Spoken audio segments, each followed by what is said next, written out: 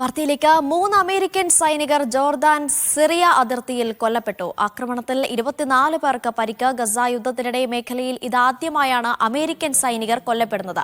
Iran പിന്തുണയുള്ള ഇറാഖിലെയും സിറിയയിലെയും സായുധ സംഘമാണ് പിന്നിലെന്ന് അമേരിക്ക പറയുന്നു.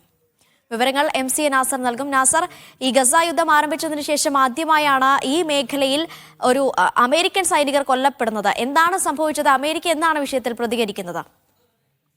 അനീഷ, അല്പം മുമ്പാണ് അമേരിക്കൻ പ്രസിഡന്റ് ഔദ്യോഗികമായി തന്നെ ഈ വിവരം സ്ഥിരീകരിച്ചിരിക്കുന്നത്. 3 സൈനികർ കൊല്ലപ്പെട്ടതായും അതോടൊപ്പം 25 സൈനികർക്ക് പരിക്കേറ്റതായിട്ടും ഏതാണ്ട് അമേരിക്ക തന്നെ ഔദ്യോഗികമായി സ്ഥിരീകരിച്ചിരിക്കുന്നു. അത് മാത്രമല്ല, ഇതിന് പിന്നിലുള്ളത് ഇറാൻ പിന്തുണയുള്ള സായുധ വിഭാഗമാണ്. അവർക്കെതിരെ തക്ക സമയത്ത് വളരെ ശക്തമായിട്ടുള്ള പ്രത്യാക്രമണം ഉണ്ടാവും.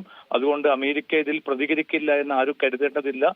ഏറ്റവും കനത്ത തിരിച്ചടി തന്നെ നൽകുമെന്ന വളരെ കടുത്ത മുന്നറിയിപ്പാണ് ബൈഡൻ അല്പം മുമ്പ് നടത്തിയിരിക്കുന്നത്. പെന്റഗണും വളരെ ശക്തമായിട്ടുള്ള പ്രതികാരം ഉണ്ടാകുമെന്ന മുന്നറിയിപ്പ് നൽകിയിട്ടുണ്ട്. സ്വാഭാവികമായിട്ട് നമുക്കറിയാൻ സാധിക്കും, ഈ ഗസ യുദ്ധത്തോടുകൂടി യുദ്ധം വ്യാപിക്കാനുള്ള വലിയൊരു സാധ്യത പല രാജ്യങ്ങളിലായി രൂപപ്പെട്ടിരുന്നു. അതിന് കുറെ കൂടി ബലം നൽകുന്ന ഒരു ആക്രമണമാണ്, ഡ്രോൺ ആക്രമണമാണ് ഇപ്പോൾ അമേരിക്കൻ സൈനികരുടെ ജീവൻ എടുത്തിരിക്കുന്നത്. അതുകൊണ്ട് തന്നെ ശക്തമായിട്ട് തിരിച്ചടി ഉണ്ടാകുമെന്നാണ് അമേരിക്കൻ പ്രസിഡന്റ് ഉൾപ്പെടെയുള്ളവർ മുന്നറിയിപ്പ് നൽകുന്നത്. അനീഷ, ശരി, 3 അമേരിക്കൻ സൈനികരാണ് ജോർദാൻ സിറിയ അതിർത്തിയിൽ കൊല്ലപ്പെട്ടിരിക്കുന്നത്. ആക്രമണത്തിൽ 24 പേർക്ക് പരിക്കേറ്റിരിക്കുന്നു. വാർത്തയുടെ കൂടുതൽ വിവരങ്ങൾ നൽകിയത് MCA നാസറാണ്.